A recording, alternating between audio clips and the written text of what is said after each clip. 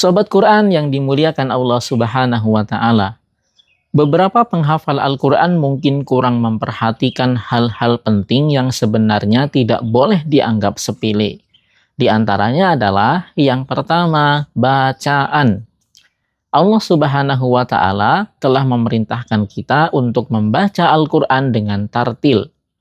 Menurut para ulama tajwid, tartil berarti menjalankan seluruh hak dan hukum bacaan dalam melafalkan ayat-ayat Al-Quran, meliputi sifat huruf, makhrijul huruf, tajwid, tempo, dan sebagainya. Tapi, ada beberapa penghafal Al-Quran yang hanya berfokus pada kelancaran bacaan tanpa memperhatikan apakah makhrijul hurufnya sudah tepat, tajwidnya sudah diterapkan, tempo bacaannya sudah seragam, dan sebagainya.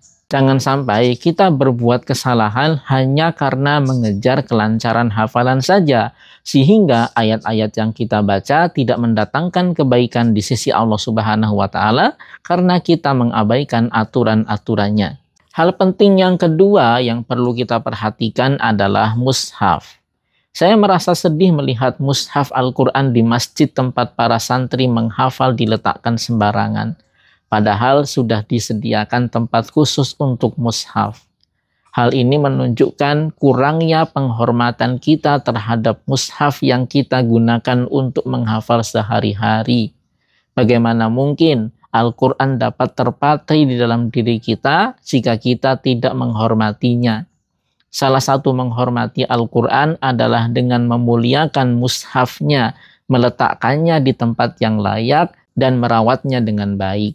Perilaku meletakkan mushaf sembarangan juga menunjukkan kemungkinan seorang penghafal Al-Quran tidak menjaga dan hanya menggunakan satu mushaf dalam menghafal.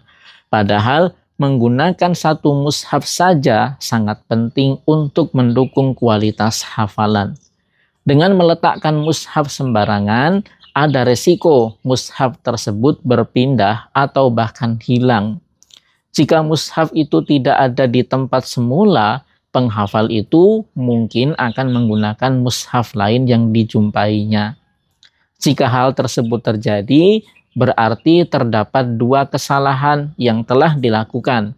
Yang pertama, kurang konsisten menggunakan satu mushaf sehingga sulit diingat.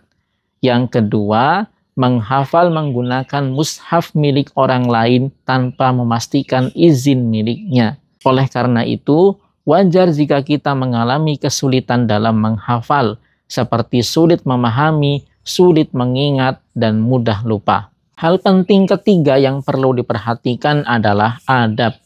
Menghormati Al-Quran merupakan kewajiban bagi seseorang yang menghafalnya.